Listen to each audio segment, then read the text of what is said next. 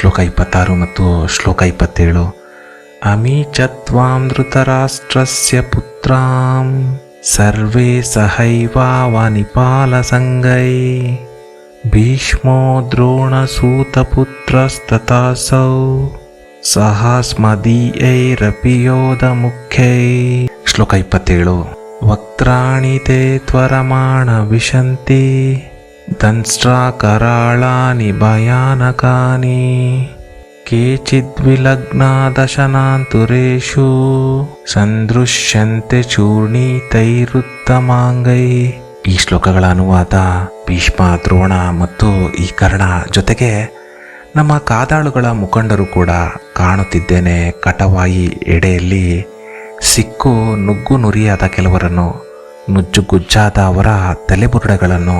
ಈ ಶ್ಲೋಕದ ಭಾವಾರ್ಥ: ಅರ್ಜುನ ಭಗವಂತನಲ್ಲಿ ಭವಿಷ್ಯತ್ ಕಾಲದಲ್ಲಿ ನಡೆಯುವ ಘಟನೆಗಳನ್ನು ಕಾಣುತ್ತಿದ್ದಾನೆ. ಪ್ರಪಂಚದಲ್ಲಿ ಎಲ್ಲವೂ ಪೂರ್ವ ನಿರ್ಧಾರಿತ.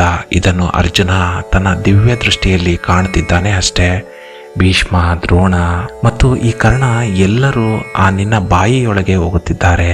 ಜೊತೆಗೆ ನಮ್ಮ ಸೈನ್ಯದ ಮುಖಂಡರು ಕೂಡ. ಅಲ್ಲಿ ಕೆಲವರು ಭಯಂಕರವಾದ ಆ ನಿನ್ನ ಕೋರೆ ದಾಡೆಗಳಿಗೆ ಸಿಕ್ಕು ನುಜ್ಜುಗುಜ್ಜಾಗುತ್ತಿರುವುದನ್ನು ಕಾಣುತ್ತಿದ್ದೇನೆ. ಶ್ಲೋಕ 28.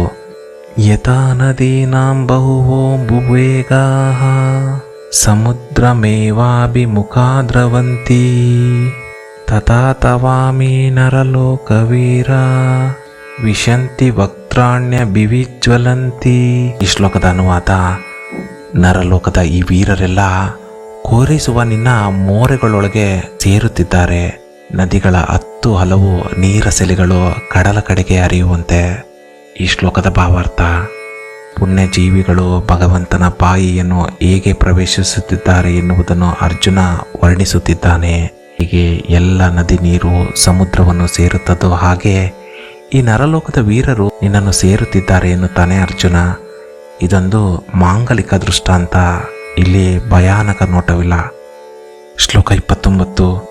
ಯಥಾ ಪ್ರದೀಪ್ತಂ ಜ್ವಲನಂ ಪತಂಗಾ ವಿಶಂತಿ ನಾಶಾಯ ಸಮೃದ್ಧ ವೇಗಾಃ ತಥೈವ ನಾಶಾಯ ವಿಶಂತಿ ಲೋಕಾಸ್ತವಾಪಿ ವಕ್ತ್ರಾಣಿ ಸಮೃದ್ಧ ವೇಗ. ಈ ಶ್ಲೋಕದ ಅನುವಾದ: ಲೋಕದ ಮಂದಿಯೆಲ್ಲ ಗಡಬಡಿಸಿ ಓಡುತ್ತಾ ಬಂದು ಸಾಯಲೆಂದು ನಿನ್ನ ಬಾಯಿಗಳಲ್ಲಿ ಬೀಳುತ್ತಿವೆ. ಪತಂಗಗಳು ಹಾರಿ ಬಂದು ಬೆಂಕಿಯಲ್ಲಿ ಬಿದ್ದು ಸಾಯುವಂತೆ.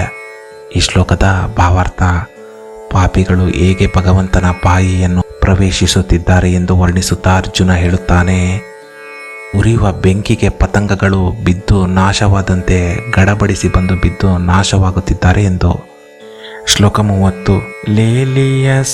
ಲೇಲಿಯಸ್ಯ ಗ್ರಹಮಾನ ಸಮಂತಾತ್ ಲೋಕಾನ್ ಸಮಗ್ರಾನ್ ವದನೈರ್ಜಲದ್ಭಿಃ ಲೇಜೋಭಿರಾಪೂರ್ಯ ಜಗತ್ ಸಮಗ್ರಂ ಭಾಸಸ್ತವೋಗ್ರಾಂ ಪ್ರತಪಂತಿ ವಿಷ್ಣು.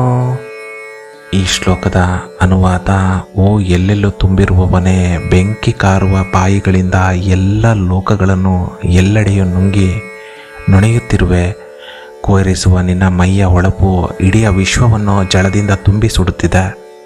ಈ ಶ್ಲೋಕದ ಭಾವಾರ್ಥ: ಎಲ್ಲವನ್ನೂ ನಿನ್ನ ನಾಲಿಗೆಯಿಂದ ಸವರಿ ನುಂಗುತ್ತಿದ್ದೀಯಾ. ಎಲ್ಲವೂ ನಿನ್ನ ಹೊಟ್ಟೆಯನ್ನು ಸೇರುತ್ತಿವೆ.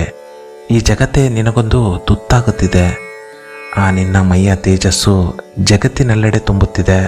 ಎಲ್ಲರ ಒಳಗೂ ಹೊರಗೂ ತುಂಬಿರುವ ನೀನು ಸರ್ವ ಸಂಹಾರಕನಾಗಿ ಕಾಣುತ್ತಿದ್ದೀಯ.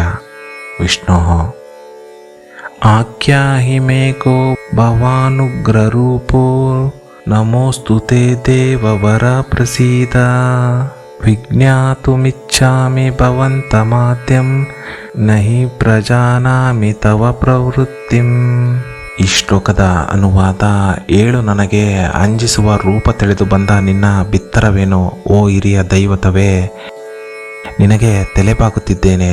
ದಯೆದೋರು, ಎಲ್ಲಕ್ಕೂ ಮೊದಲಿರುವ ನಿನ್ನನ್ನು ತಿಳಿಯ ಬಯಸುತ್ತೇನೆ. ನಿನ್ನ ಉದ್ದೇಶವೇನು ಎಂದು ತಿಳಿಯುತ್ತಿಲ್ಲ. ಈ ಶ್ಲೋಕದ ಭಾವಾರ್ಥ: ನಿನ್ನ ಭಯಂಕರ ರೂಪವನ್ನು ಕಂಡು ನನಗೇನೂ ಅರ್ಥವಾಗುತ್ತಿಲ್ಲ.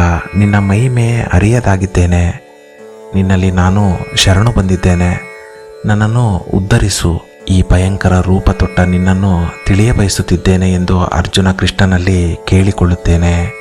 ಮುಂದಿನ ಶ್ಲೋಕಗಳು ಮುಂದುವರಿಯುವವು.